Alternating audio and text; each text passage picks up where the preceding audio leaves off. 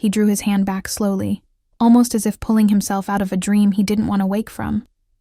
The air around us trembled with the ghost of his touch. I stayed still, barely breathing, afraid that even a sigh would break the fragile calm between us. The warmth he left on my skin lingered, quiet but alive. My robe had slipped from one shoulder, but I didn't move to fix it. Some silences deserved to stretch a little longer, to remind us how close two people can come to saying everything without a word. I remember that evening not because of what happened, but because of what it revealed, the quiet truth we had both been too careful to admit. What began as a small act of kindness became something else, something that shifted the ground beneath us. I told myself it was simple, that I only wanted to help him unwind after a long day. But beneath that simplicity lived something I couldn't name, something waiting to be seen. The room smelled faintly of eucalyptus and soft flowers, a scent that seemed to slow time itself. A towel was already laid across his shoulders, its corners neat, its warmth steady. I brushed a small fold into place and whispered, "Just breathe. I'm here." He smiled, eyes closed, trusting me in that quiet way he always did. The kind of trust built from years of gentle understanding rather than words. Then she entered. Her steps were soundless, confident. Her hair was pinned neatly, her posture calm and exact. She didn't need instructions. She knew what to do.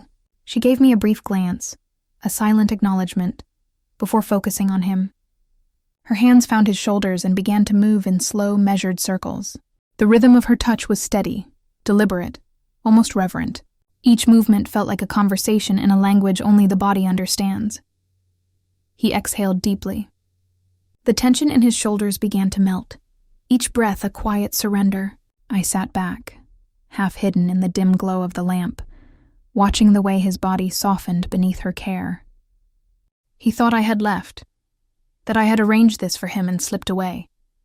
But I stayed, still as shadow, watching from the edge of the light. She worked like someone who understood restraint. Her touch carried both precision and patience. Every adjustment, every shift in her stance carried purpose. There was something sacred in it, a kind of mindfulness that made the room itself breathe slower.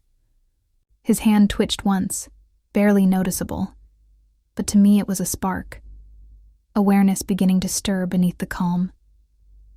She paused for a moment, and with a small smile whispered, "I've always had steadier hands."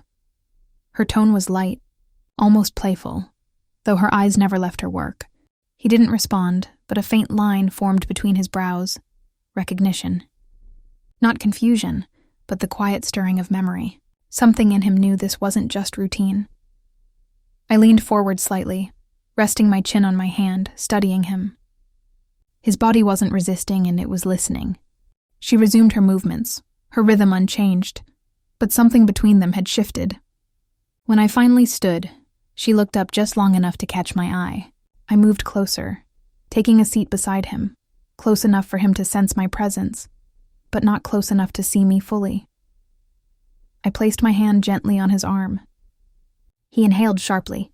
His eyes fluttered open, searching, unfocused at first, then landing on me. He didn't speak. He didn't need to. The truth was already unfolding behind his eyes. That I had never left, that I'd been here all along, guiding this moment toward something neither of us had the courage to name.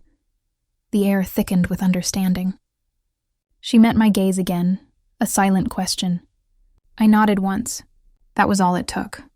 She continued, her tone calm, her pace steady. "Still comfortable?" she asked softly. His voice came low, almost hesitant. "Yes, I'm fine." Her hands moved with the same grace, drawing him deeper into stillness. The space between breaths grew longer, quieter. My hand stayed on his arm, grounding him, a reminder that he wasn't alone even in silence. Then he turned his head slightly toward me, his eyes softer now, stripped of their usual control. For the first time in months I saw him. Not the version of himself he showed the world, but the man beneath it, weary and human. She paused once more. "You're sure?" she asked, her voice barely a whisper. I nodded again. "This is for him," I said, my own voice trembling. "He needs to learn how to let go." His breath shuddered as he exhaled, the realization finally reaching him. It wasn't about touch or care or even the act itself. It was about being seen. About someone recognizing the quiet ache he had carried for far too long. The rest of the session unfolded in near silence. Her motion slowed, becoming less about skill and more about stillness. Every pass of her hand seemed to whisper the same truth. You can stop now. You're allowed to rest. Outside, the light dimmed as the evening deepened. The room glowed in amber tones, soft and forgiving. He looked peaceful, anchored. When I brushed my fingers lightly across his forearm, he stirred and placed his hand over mine. A small gesture, but heavy with meaning. When she finally finished, she stepped back quietly. The air seemed to settle with her, the kind of silence that feels like closure. He opened his eyes slowly, blinking at the soft light. The confusion was gone. In its place was a calm understanding, the kind that comes after a storm has passed. I reached forward and brushed a strand of hair from his forehead. Better? I asked. He gave a tired, honest laugh. Better, he whispered. I didn't realize how much I needed that. I smiled, my own throat tight. I know. Before she left, she looked at me. A knowing smile, the kind that carries no judgment, only understanding. When the door closed behind her, he turned toward me fully. You planned all this, he said quietly. I did. He didn't ask why, but I answered anyway. Because you never stop. You give and give until there's nothing left.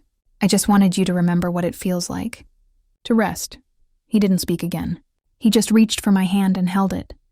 A simple, wordless promise that, for tonight at least, he would.